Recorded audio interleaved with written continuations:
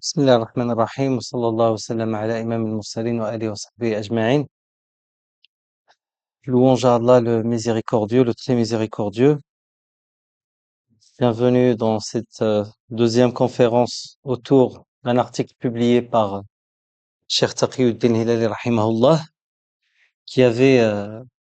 on avait traité un petit peu le concept de progression et de régression dans les nations. Et dans la première partie, qui datait de il y a longtemps, on s'était arrêté sur des aspects de décadence dans le continent européen.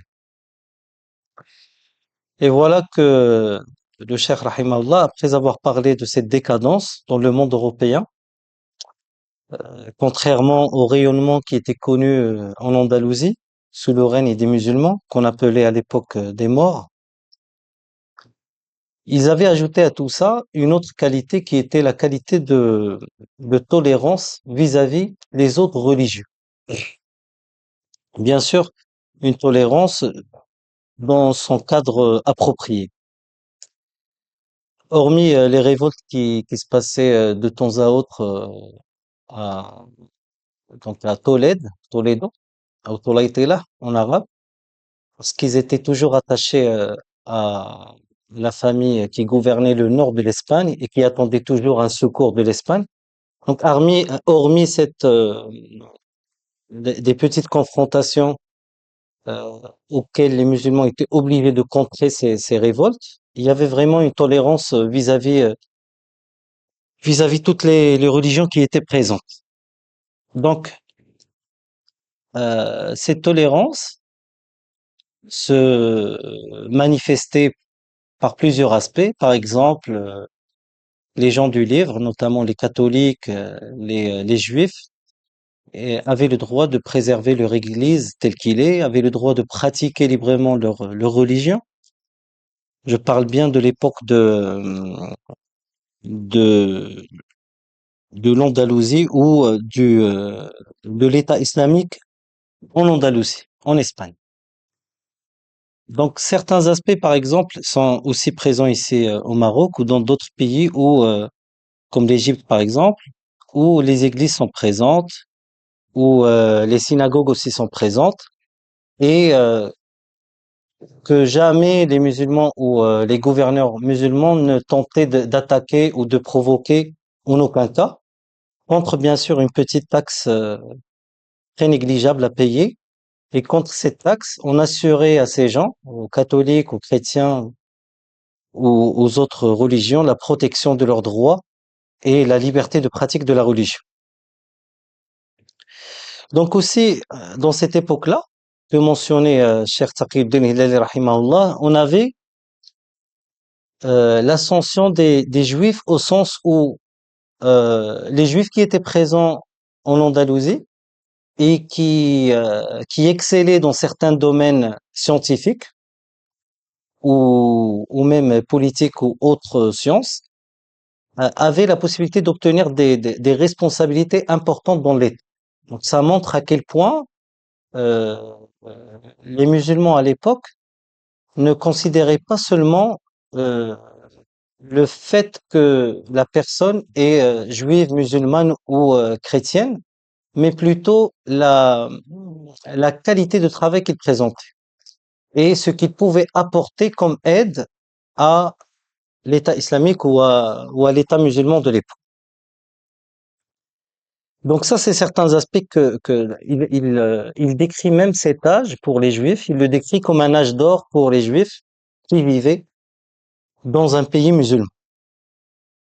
Donc c'est pourquoi quand on voit les livres d'histoire qui traitaient surtout les orientaux ou les orientalistes qui traitaient l'époque islamique en Espagne, il n'y avait pas, vous n'avez pas trouvé de comparer les musulmans et les Européens. Parce que ça ressemblait, comme dit Cheikh Taqiyuddin Rahimallah, ça ressemblait présent entre les habitants de Boston et les Esquimaux. C'est la description qu'il dit. Les Esquimaux ou bien ce qu'on appelle les Yupik. Parce qu'on n'aime pas trop les appeler les Esquimaux. Donc, cette comparaison-là à tel point, il y avait une différence entre le pays musulman ou bien les pays musulmans et les autres pays européens qu'ils n'étaient même pas comparables, même dans cet aspect-là, l'aspect de respect et de liberté de pratique que connaissaient les juifs, les chrétiens dans un pays musulman. Et on sait après l'époque de l'Inquisition où voilà, ça racontait des atrocités, même une sauvagerie, hein, on peut le dire, comme l'a décrit Stanley Poole dans son livre sur les morts en Espagne. Il dit que les conquêtes des chrétiens au nord de l'Espagne étaient une malédiction pour leurs proies, car ils étaient ignorants et sauvages et analphabètes. Leur degré de moralité était semblable à leur degré de savoir, c'est-à-dire le néant. Leur intolérance et leur bestialité est totalement prévisible, car ce sont des barbares. Ces propos, ce ne sont pas les miens. Donc, cette lumière de l'islam qui est apparue d'abord en Arabie, ensuite à Damas, ensuite en Andalousie, cette lumière-là a permis aux civilisations qui vont venir après, surtout aux Européens, de se servir de ces lueurs, se servir de cette lumière pour bâtir leur progrès et réaliser un avancement extraordinaire après cette période sombre. Donc, si on se dit que les musulmans délaissent ce qu'ils ont achevé et délaissent leur religion, si quelqu'un propose ça aux musulmans à l'époque, c'est équivalent à dire vous délaissez tout l'avancement que vous avez réalisé, toute la civilisation que vous avez bâtie pour revenir à un âge sombre. Donc c'est équivalent à dire ça.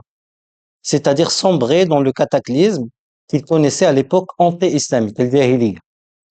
Et ce sera considéré évidemment pour toute personne raisonnable comme une régression ou une décadence. Ainsi, de même, si les Européens veulent revenir à cette époque sombre de leur histoire, ce sera considéré comme un retour à l'inconnu, comme un retour à, à la décadence totale. Actuellement, comment peuvent les musulmans revenir vers ce progrès et se concurrencer avec les Européens qui ont continué leur révolution et leur avancement matériel? C'est la question que se pose Taqiyuddin Hilali rahimahullah. Bien sûr, il note que cet avancement qui a été effectué par les Européens était en dépit ou bien en négligeant l'aspect spirituel ou l'avancement moral, ce qu'il appelle le progrès moral. Donc la première possibilité ou une possibilité, c'est de dire on va bénéficier de l'aspect technologique, économique et toutes sortes de progrès qu'ont réalisé les Européens et considérer que nous sommes des nouveaux-nés et couper tout lien avec le passé. C'est-à-dire, c'est comme si les musulmans ou bien les Arabes viennent d'apparaître, viennent de naître, et ils vont couper tout lien avec leur passé. C'est une possibilité. Mais cette possibilité-là, c'est c'est traduit comme une sorte d'imitation sans fruit, et il est irréalisable dans la réalité. C'est-à-dire que même les Européens, quand ils ont réussi à profiter de ce progrès réalisé par les musulmans et copier certaines choses, ils n'ont jamais, en aucun cas, ils n'ont jamais coupé leur lien avec leur passé, coupé leur lien avec leur culture, coupé leur lien avec leurs ancêtres.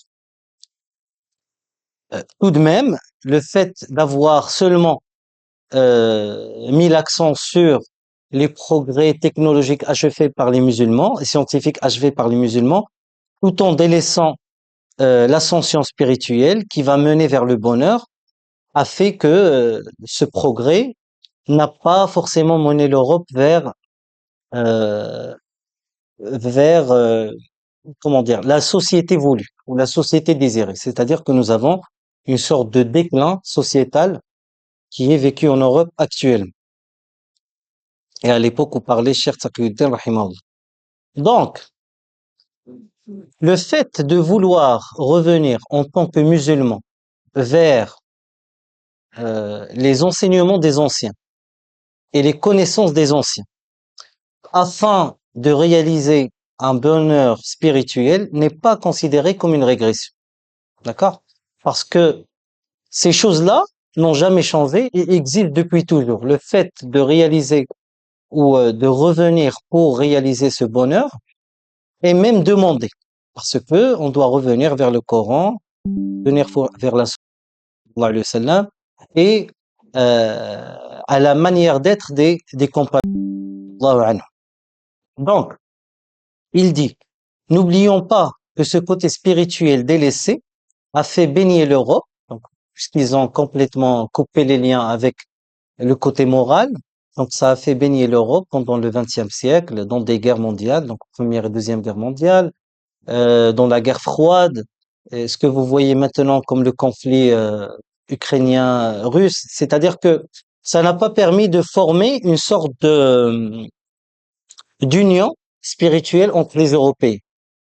Ils sont forts, ils sont développés technologiquement, économiquement, etc. Mais malheureusement, euh, en parallèle avec ça, vous avez un manque de d'union spirituelle, de moralité qui gouverne tous ces Européens.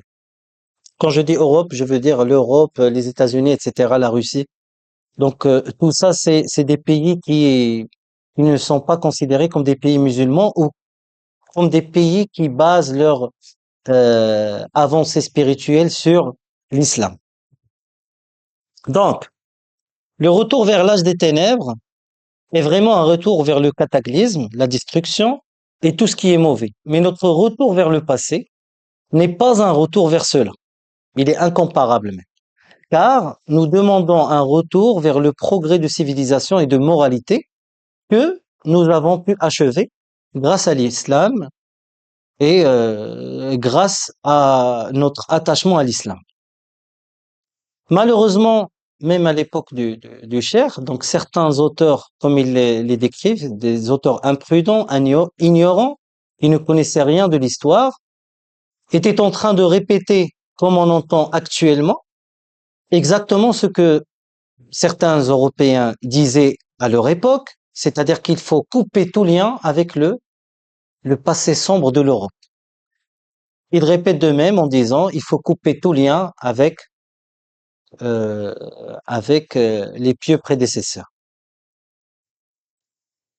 Alors pourquoi copier ça alors que il est clair pour celui qui a fait une toute petite comparaison ou étude comparative entre l'histoire des musulmans et l'histoire des Européens, on va voir que les Européens sont en train de demander de ne pas revenir à ces âges de ténèbres dans leur avancée technologique, etc., parce que l'Europe baignait dans l'obscurité totale. Alors que si un musulman demande de revenir à l'ancienneté ou bien ce que vivaient les musulmans à l'époque, on peut très bien voir que la civilisation islamique était au top.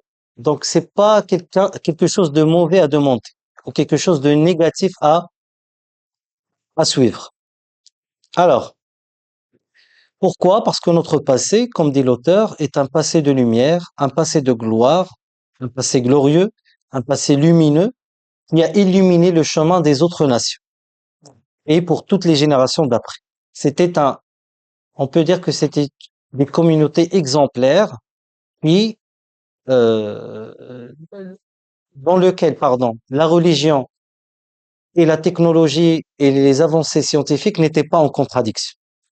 Donc, notre retour vers ces connaissances, les connaissances islamiques, n'est pas en contradiction avec le progrès technologique actuel et l'innovation et la création, et ça ne l'a jamais été. Voilà le point que voulait conclure le cher par cette partie. Il donne alors un exemple. Il dit, existe-t-il une nation qui s'est attachée fortement à ses traditions et en même temps a pu progresser technologiquement et scientifiquement?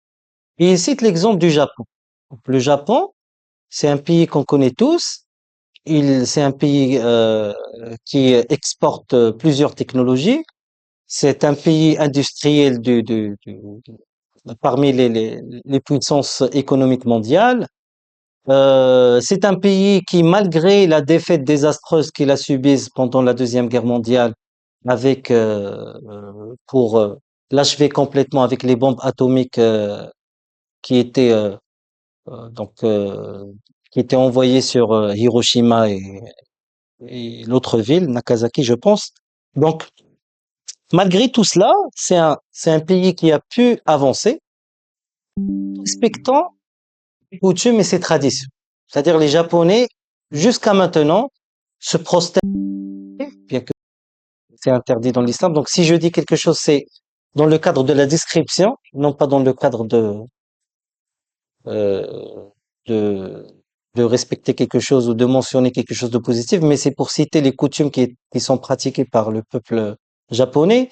Jusqu'à maintenant, les Japonais euh, considèrent certaines choses comme idoles. Jusqu'à maintenant, les Japonais qui ont une religion, on va dire, païenne, célèbrent et respectent ce que leurs anciens respectaient. Pourquoi ils citent alors cet exemple? Comme on a dit, c'est pour dire que voilà une nation qui a achevé un progrès technologique, un progrès économique, tout en maintenant ses liens avec son passé. Alors qu'on sait très bien que le fait qu'ils sont païens non musulmans, ça ne va pas leur permettre d'achever ce bonheur spirituel. Ça veut dire qu'il y aurait toujours un manque. Alors que les musulmans, s'ils essaient de faire ça, ils vont réussir sur le côté économique, technologique, scientifique et sur le côté spirituel. C'est ça ce qui est demandé par un musulman sur cette terre. C'est d'achever les deux ou de réaliser les deux. Alors,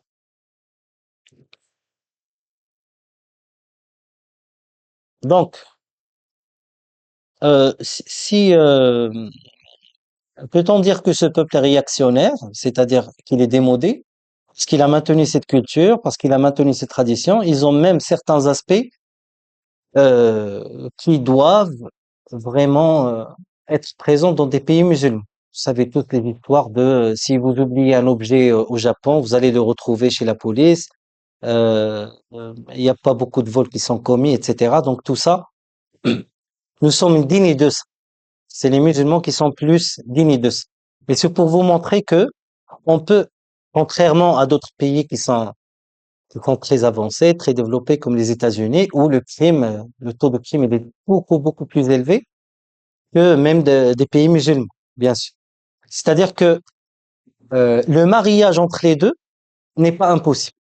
Le mariage entre les deux, c'est le fait d'être un pays musulman, tout simplement, et de se tenir aux enseignements du prophète sallallahu alayhi wa sallam. Donc,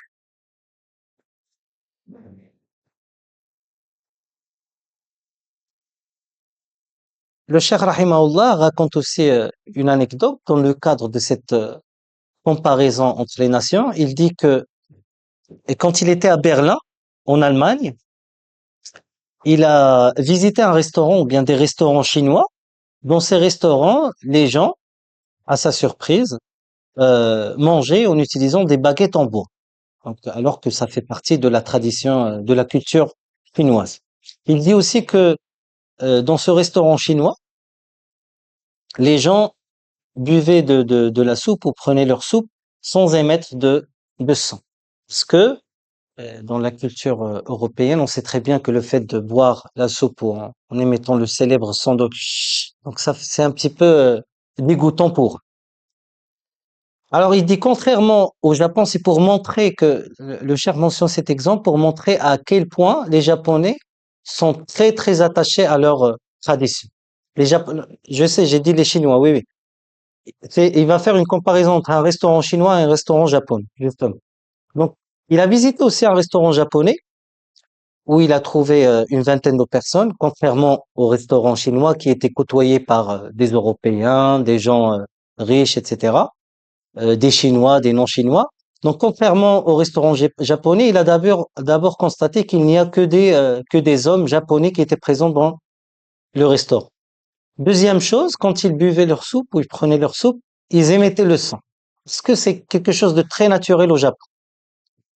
Au Japon même, le fait d'éternuer en utilisant un mouchoir, c'est pas très respectable. Il faut avaler ça. Ça allait vous faire autrement pour ne pas éternuer. D'accord? Donc c'est des différences culturelles. C'est pour dire que ils savaient très bien que l'Allemagne n'aimait pas ça.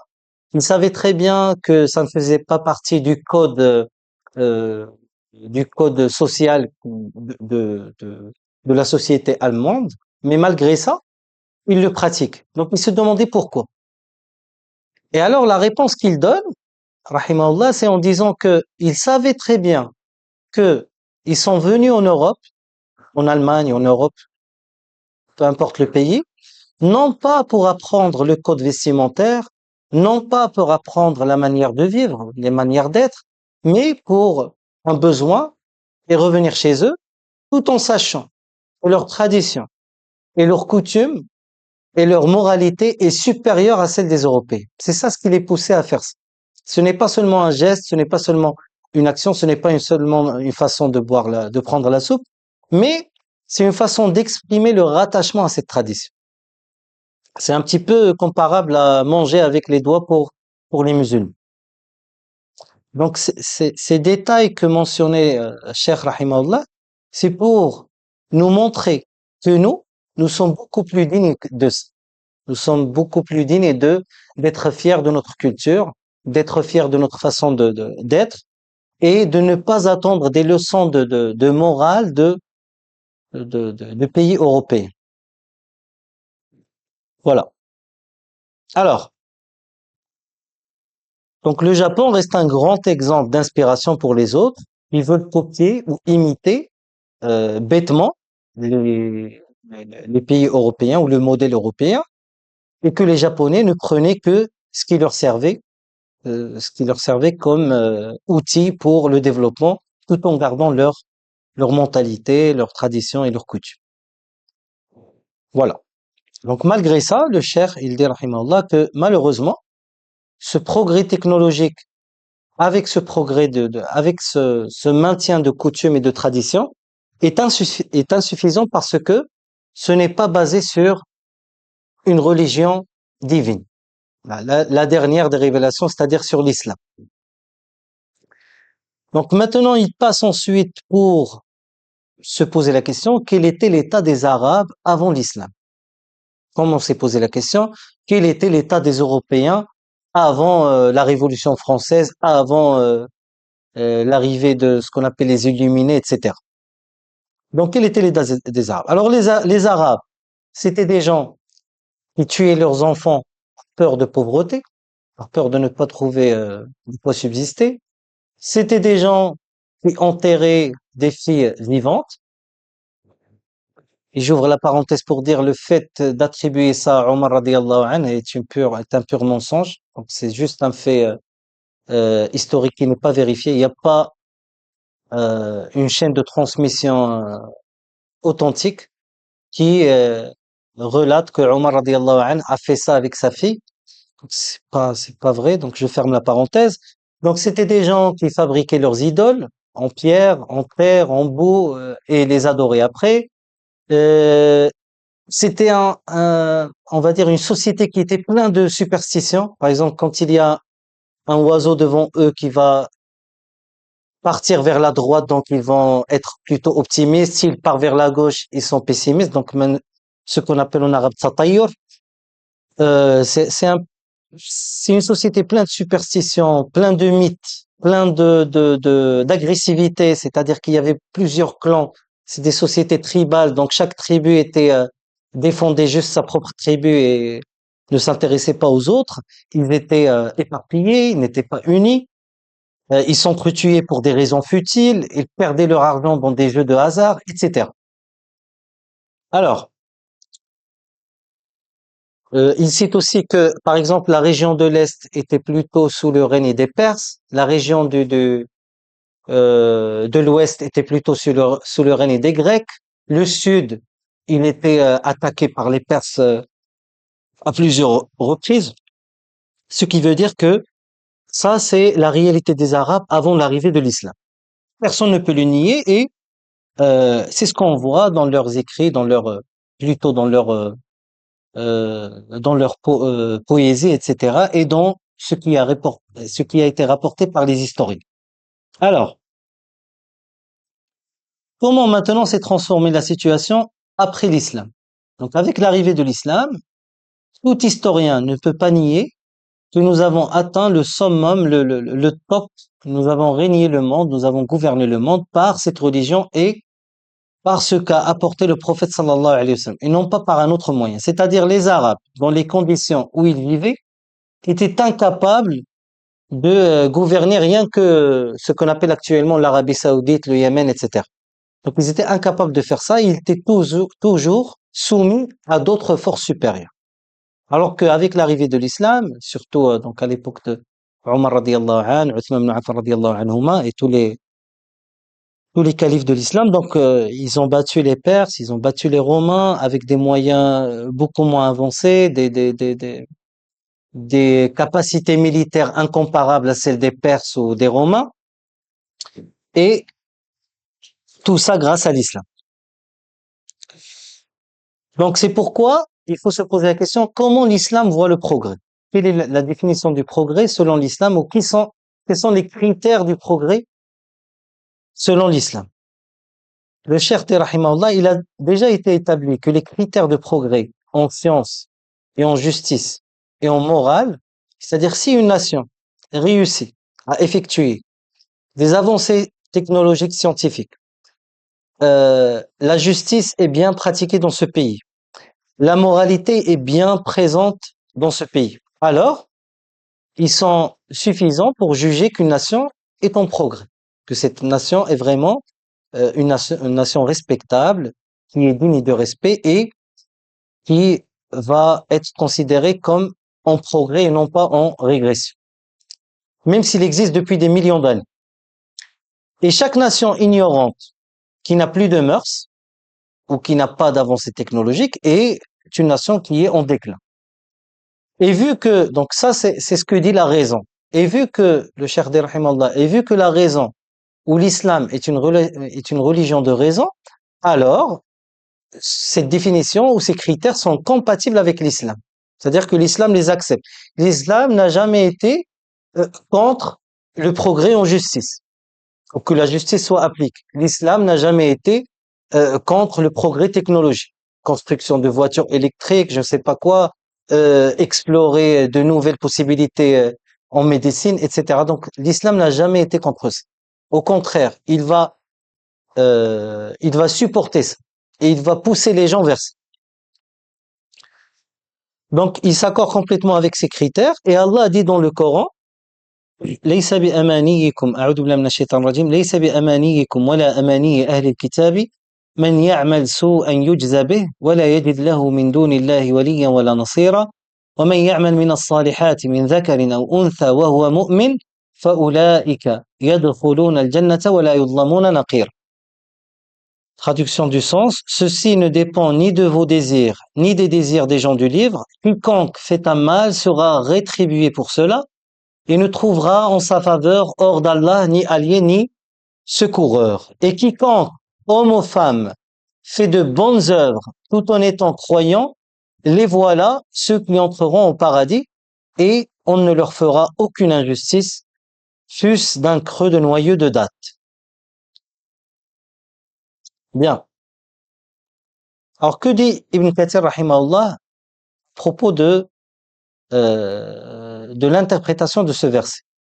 Donc Ibn Kathir rapporte d'après Al-Awfi, qui le tient à Ibn Abbas, que ce verset fait référence à une dispute entre les adeptes des différentes religions, donc les musulmans et les gens du livre. Les juifs disaient: notre livre est le meilleur, le plus ancien, et notre prophète est le meilleur.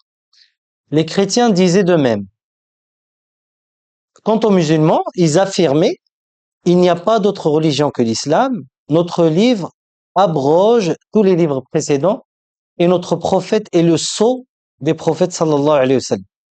Vous avez été ordonnés, tout comme nous, de croire en votre livre et d'agir conformément à notre livre. C'est alors Dieu que trancha entre eux en révélant ce verset qui dit que, voilà, tu peux être euh, musulman ou non musulman, c'est la qualité de ton travail que tu apportes vis-à-vis la société et du progrès que tu achèves en, bien sûr, en concordance avec ce qu'a dit Allah Azza wa Jal. C'est cela qui sera accepté et c'est cela qui va vous permettre d'avancer. Donc l'islam juste, auquel n'a pas été associée la mythologie ou les innovations, considère que tout progrès, c'est ça la définition maintenant que je voulais dire, donc que tout progrès spirituel et matériel soit-il, doit se baser sur le travail fructueux et la bonne croyance. La bonne croyance. Et quelle est la bonne croyance? Bien sûr, c'est Tawhid Allah Azza wa Jal et le suivi de la sunna du prophète sallallahu alayhi wa sallam avec la connaissance des pieux prédécesseurs. Donc, dans le verset qu'on vient de dire, un autre verset s'ajoute, quant à ceux qui ont cru et fait de bonnes œuvres, il leur accordera leur pleine récompense, il ajoutera le surcroît de sa grâce, et quant à ceux qui ont eu la morgue et se sont enflés d'orgueil, il les châtiera d'un châtiment douloureux, et ils ne trouveront pour eux en dehors d'Allah ni alliés ni secoureurs. Donc, Allah ce verset-là et par d'autres versets que cite le Cheikh rahimahullah, ne veut pas de la nation qui proclame l'islam, pardon, d'être toujours assujettie et soumise à d'autres nations et vit aux dépens de progrès technologiques et scientifiques d'autres nations. Et qu'elle soit toujours rabaissée, humiliée, en train de perdre toutes ses guerres. Au contraire, elle veut que la nation islamique ou les nations islamiques soient toujours parmi les premiers au monde, ne serait-ce même les meilleurs au monde. C'est ça ce qu'on veut de notre religion. C'est-à-dire que l'état que nous vivons actuellement est un état malheureusement de déclin. C'est pourquoi nous vivons en dépendant des autres. Nous n'avons pas proprement actuellement euh, une union islamique ou musulmane qui nous permet de se dépendre uniquement des pays musulmans entre eux. Nous n'avons pas encore achevé ça. Même pire que ça, nous dépendons d'autres nations auxquelles nous demandons du financement par argent, ou bien une aide, ou bien des médicaments, des inventions technologiques, etc. Donc, l'état que nous vivons actuellement, c'est pas un état qui est aimé par Allah Azza wa Jal ou qui est voulu par Allah Azza wa Jal. Au contraire, c'est parce que nous ne sommes pas attachés fortement à notre religion et nous n'avons pas compris l'essence de notre existence sur terre. Non seulement sur le plan d'adoration d'Allah Azza wa Jal uniquement, sans lui associer aucun, et de suivre sa sunna, mais le résultat de ces deux choses qui va conduire à des fruits et un travail fructueux qui va nous permettre cette avancée technologique et ce progrès scientifique. Au contraire, nous avons délaissé Tawhid Allah Azza wa Jal, nous avons délaissé la sunna du prophète sallallahu alayhi wa sallam, et même les gens qui se considèrent comme progressistes euh, savent très bien que la culture européenne et la culture de l'Ouest en général n'est pas compatible avec notre manière d'être et notre manière de vivre. Et vous n'avez qu'à voir les pays européens, qu'est-ce qui se passe là-bas, qu'est-ce qui se passe aux États-Unis. Donc le déclin moral total. C'est ça ce que nous vivons actuellement avec tout ce que vous voyez donc sur l'aspect des parents avec leurs enfants, sur l'aspect du mariage, sur le côté de la relation des femmes avec les femmes, les hommes avec les hommes. Donc tout ça, ça montre le déclin total que nous sommes en train de vivre. Donc pourquoi chercher la solution auprès d'eux, sans bien sûr, comme va le dire le cher après, sans bien sûr considérer ce que je dis maintenant, un appel à la coupure totale de relations, la rupture de relations avec le monde européen. Donc, j'ai dit, et je redis, comme a dit le Cheikh Rahimahullah, Allah ne veut pas d'une nation qui proclame l'islam et se cramponne au chemin droit d'être rabaissée, humiliée, en train de mendier les autres peuples, vit aux dépens des autres pays, battue dans toutes ces guerres, et attendre de vivre la joie le jour du jugement. Et ça, c'est un point qui est très très important qui est mentionné par le Cheikh Rahimahullah. قال الله عز وجل ومن كان في هذه أعمى فهو في الآخرة أعمى وأضل سبيلا. Et quiconque aura été aveugle ici-bas sera aveugle dans l'au-delà et sera plus égaré encore par rapport à la bonne voie. Al-Qasimi a dit dans son interprétation, et quiconque est aveugle dans cette vie terrestre, incapable de se guider vers la vérité, sera aveugle dans l'au-delà, incapable de voir le chemin du salut et encore plus égaré dans ce monde. Car ici, il possède des moyens, des outils et des raisons qui pourraient l'aider à se guider dans cette vie. Il est encore dans une position d'acquisition et de préparation. Mais là-bas, le jour du jugement, il sera dépourvu de tout ça. Donc, il ne restera plus rien de tout cela. On dit que la cécité est littéralement celle de ceux qui ne perçoivent pas les choses visibles à cause d'un défaut de leur sens de la vue. Allah Azza wa Jal a dit a'ma, donc celui qui est aveugle, donc dans le sens littéral. Mais dans le sens figuré, c'est l'aveuglement du cœur qui est voulu. L'incapacité à trouver le chemin du salut, et d'autres affirment qu'il est littéral dans les deux cas. C'est-à-dire que même l'aveuglement que nous vivons est un aveuglement réel malgré le fait que Allah Azza wa Jal nous a donné des yeux pour voir les choses, mais on ne voit pas la réalité des choses. Comme on dit en arabe, nous avons al-basar, mais on n'a pas le basira. Donc, nous avons la vue, mais nous n'avons pas cette vision. Voilà, la clairvoyance. Barakallahu fi. Donc, la nation qui disposait des outils pour distinguer le bien du mal, je parle des nations islamiques. Nous avons le Coran, nous avons la sunna du prophète sallallahu alayhi wa sallam, nous avons la vie des compagnons. Donc, nous disposons des outils pour distinguer le bien du mal et de suivre le bon chemin.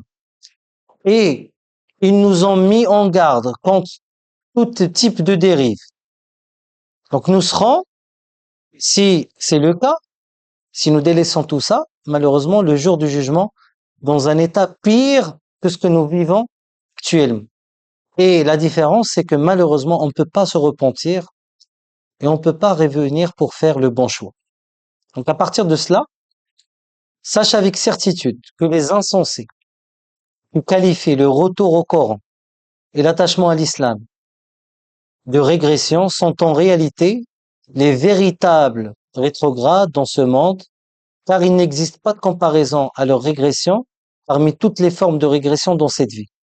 Et s'ils osent prétendre être progressistes, tous les habitants de la terre les maudissent et se moquent d'eux. Leur humiliation, leur pauvreté, leur ignorance et leur insignifiance sont des témoins irréfutables de leurs mensonges. En plus de cela, leur frivolité, leur despotisme, l'absence de justice et d'égalité entre eux en sont la preuve. Ils vivent dans le chaos, errant sans direction, dans une nuit obscure, sans stabilité ni sécurité, se révoltant les uns contre les autres et s'anéantissant mutuellement. Chaque insurgé cherche à jouir du despotisme et de la tyrannie, ne serait-ce que pour un court instant. Pourtant, ils louent la révolte et en font un principe désirable en soi, même s'il ne va entraîner que davantage de misère, de désunion, de larmes et de sang. Donc il dit, tellement leur âme est mauvaise, qu'ils soient vraiment inspirés par cela. Dieu est en colère contre eux et il demeure dans le châtiment éternel. Et vous avez vu ce qui s'est passé dans ce qu'on a nommé le printemps arabe. La Tunisie jusqu'à maintenant est en souffrance. La Libye est, est en déclin absolu. Donc pour le moment, aucune solution n'est trouvée, ni pour la stabilité de son gouvernement, ni rien du tout.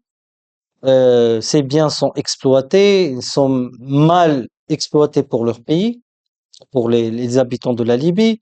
Vous voyez ce qui se passe au Soudan, qui depuis longtemps on sait euh, qu'il va être, qu'il sera coupé, donc partagé en deux parties, même en quatre si possible. Donc actuellement, il y a le nord du Soudan et le sud du Soudan avec les guerres qui se passent là-bas. Donc tout ça, c'est à cause de quoi? À cause d'appels à la révolte qui n'est pas basé sur une révolution morale et un désir vers l'ascension spirituelle. Donc c'est ça ce qui est blâmable, bien sûr, c'est de pousser les gens à se révolter, pousser les gens à se mettre en colère, sans, ou bien au lieu de les faire pousser à se tenir et à revenir à la religion et à se calmer plutôt qu'à se pousser comme ça et se jeter dans l'inconnu. Voilà.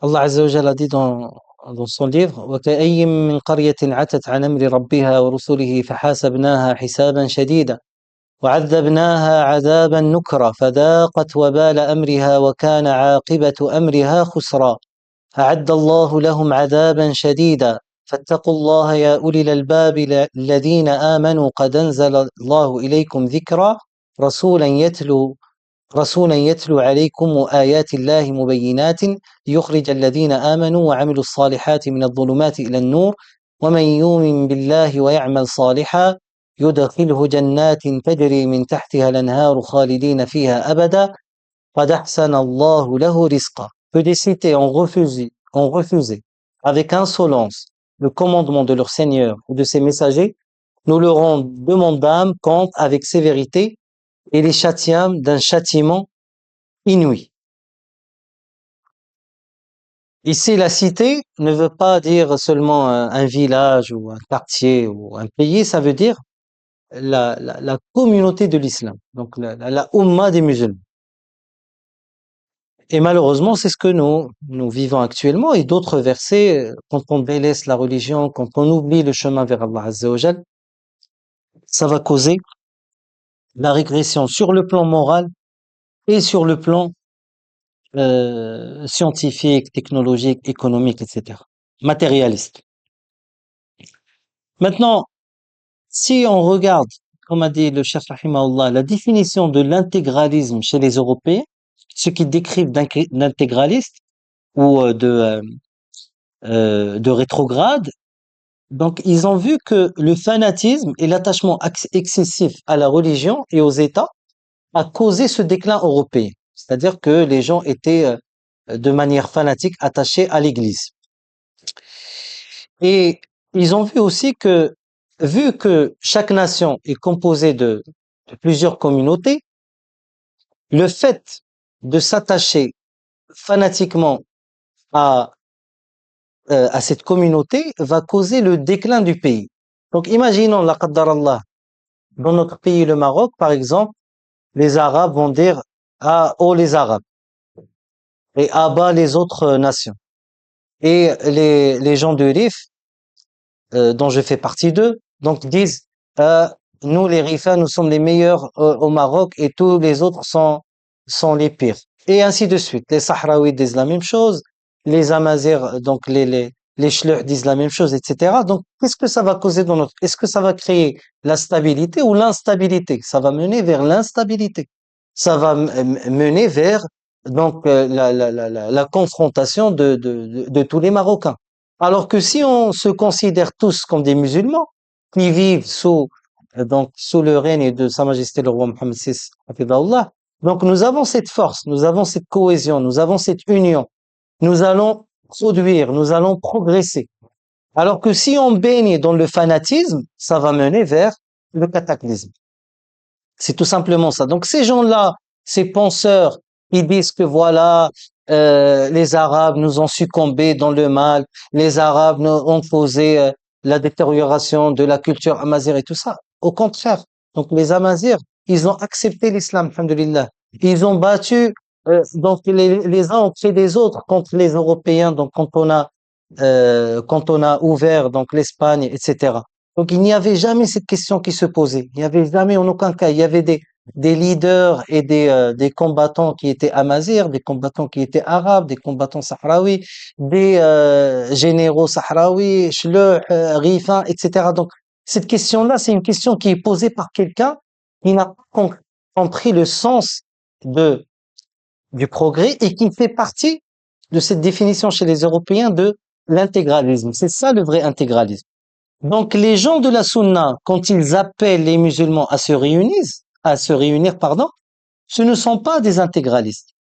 Ce sont des gens qui appellent vers le progrès, parce que l'Europe sait très bien, d'où la création de l'Union européenne, que la cohésion des pays européens et leur intersoutien lors des crises, vous avez vu ce qui s'est passé en Grèce, ce qui s'est passé en Italie, s'il n'y avait pas l'Union européenne, ça aurait causé la disparition ou, bon, c'est pas exagéré en disant disparition, mais ça va baigner le pays euh, dans une crise économique irréparable, irrémédiable. Alors que grâce à leur Union européenne, ils ont pu, ils ont pu donc réaliser et dépasser ces crises.